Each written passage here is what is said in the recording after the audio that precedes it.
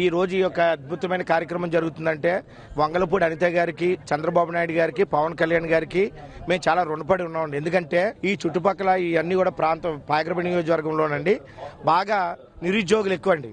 మేము వలసలకు వెళ్ళిపోయేవాళ్ళం అండి. అలాంటిది ఈ రోజు 70-80 వేల మందికి మాకే కాదండి, మా పిల్లలు మా తర్వాత తరం కూడా రుణపడి ఉంటామండి.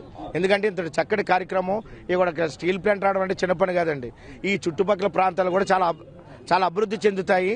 చాలా మేము అందరం కూడా 3 పూట్ల కూడా భోజనం తినడానికి అవకాశం ఉంటుంది. ఎందుకంటే వలసలకు వెళ్లకుండా ఇక్కడ పనులు చేసుకోవడానికి కార్యక్రమం చేస్తున్నాం. దానికి రుణపడి ఉంటాం సార్.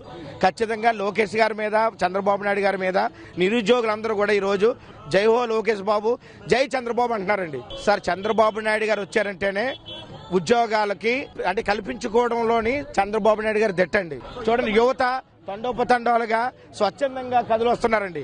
వీళ్ళు నెక్స్ట్ తరానికి, భావి తరానికి వీళ్ళందరూ ఉద్యోగులండి. వీళ్ళందరూ స్వచ్ఛందంగా వస్తున్నారు. చాలా ఆనందంగా ప్రతి ఒక్కరిలో చూడండి చిరునవ్వు.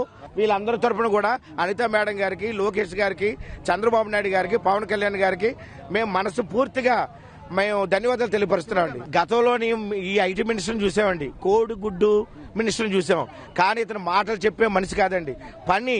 ఇక్కడ చూడండి ఎంతమంది హర్షధ్వనాలతో ఇంత స్వచ్ఛందంగా ఇంతమంది యువత వస్తున్నారంటే కేవలం నారా లోకేష్ బాబు గారి మీద ఉన్న ధైర్యం, నమ్మకం, భరోసా.